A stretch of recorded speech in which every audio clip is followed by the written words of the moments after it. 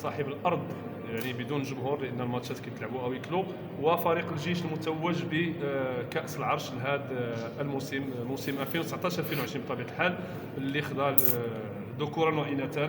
يمكن نقولوا بان مدينه مكناس في شهر مارس وشهر ابريل ستتنفس كره الطائره، يعني فصل الربيع كله الفوليبول بالنسبه لمدينه مكناس، مدينه الكره الطائره، على اعتبار ان الاسبوع الماضي كان نهائي ديال كاس العرش ذكور واناث. هذا الاسبوع كاين نهائي ديال البطوله الوطنيه اللي غادي يستقبل فيه، اللي غادي يجمع النادي المكناسي مع الجيش الملكي. الجيش الملكي اللي فاز على الفتح الرباطي ب 3-0، والنادي المكناسي اللي فاز على اولمبيك اليوسفيه ب 3-0. قبل قليل كان اللقاء ديال الترتيب بين الفيس و اولمبيك اليوسفيه ب 3-0، 25 19 28 26 و 25 22. وبالتالي فالاسبوع المقبل غادي يكونوا لي ماتش البراج ديال الفولي هنا في مدينه مكناس، ثم بعد ذلك غادي يكون الجمع العام ديال الجامعه الملكيه المغربيه للكره الطائره، واول مره بمدينه مولاي ادريس زرهون. ولهذا الغرض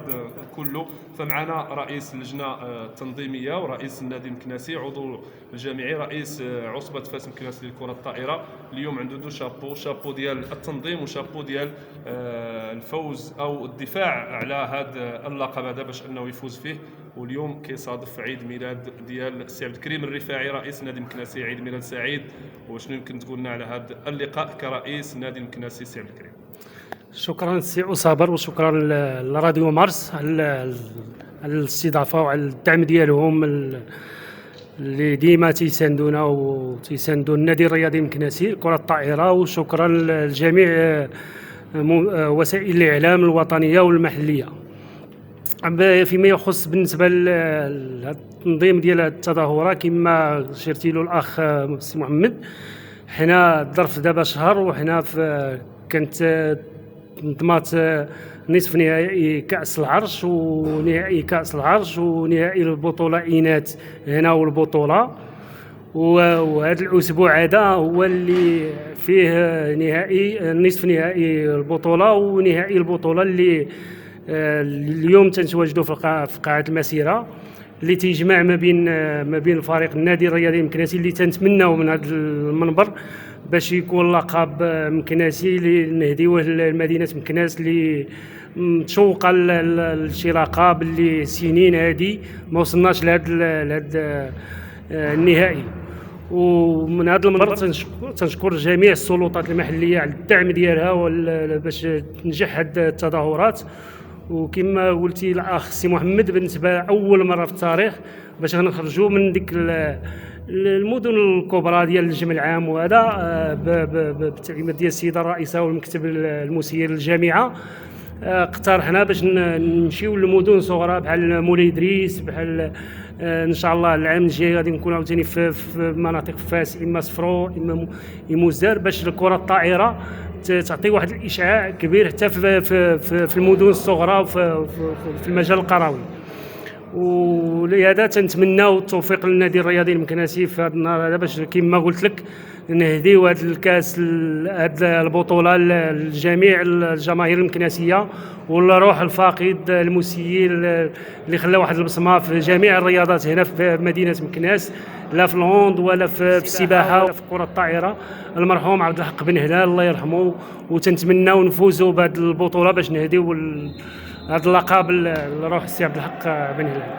نعم، السي عبد الكريم الله يرحم السي بن هلال اللي عطاه في عده رياضات، وكان رجل محبوب، رجل رياضي ومسير ناجح بطبيعه الحال.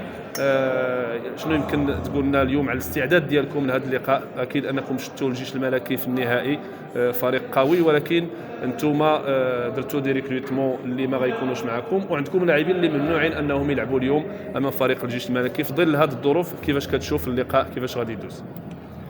كما تصرف سي محمد أصابر، وعشتيو معنا في نصف النهايه ديال الحرمان ديال 3 لاعبين اللي تنتميوا للحرس الملكي اللي غايبين حتى اليوم في هذه المقابله. ولكن هذا ما تيعنيش باننا غادي نهبطوا يدينا. الوليدات ديالنا واعيين بالمسؤوليه وعازمين ان شاء الله باش يحققوا نتيجه ايجابيه والله يوفق. هادشي اللي كاين.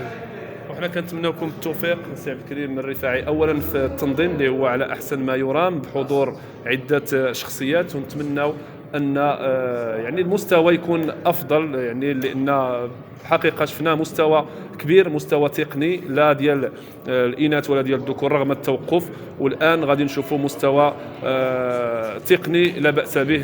كيفاش كانت الاستعدادات الى بغيتي تقول لنا باختصار؟ الاستعدادات كانت جد مهمه، لان كما تتعرف بالنسبه للاستعدادات للتنظيم راه ما ساهلاش، بان شهر هذه كما تنقولوا يدو في يدخوه، يلاه ترتاح واحد اليومين في الاسبوع وتتولي تستعد عاوتاني لتظاهرات اخرى. بحال دابا حنا اليوم الاحد غادي ترتاح غدا الاثنين عاوتاني تولي تستعد للمقابله البراج اللي فيه 4 الفروق، هما فريق اتحاد تازا وغادي يقابل البرنوسي من الدار البيضاء، وفريق الدفاع الحسني الجديدي ضد الفريق الاتحاد الرشيديه، وهذا ماشي سهل. ومن بعد هاد التظاهرات ديال المسائل التقنيه غادي عاوتاني خصنا نستعدوا الجمع العام اللي كما شرتي له غادي يكون في فندق واليلي بمدينه بلا اشاره غادي يكون في مدينه مولاي دريس زرون. هذا الشيء اللي كاين. الشخصيات اللي يحضروا اليوم مازال كاين رئيسة الجامعه واعضاء الجامعيين ديال الجامعه الملكيه المغربيه، وبعض الشخصيات من مدينه مكناس من الجامعه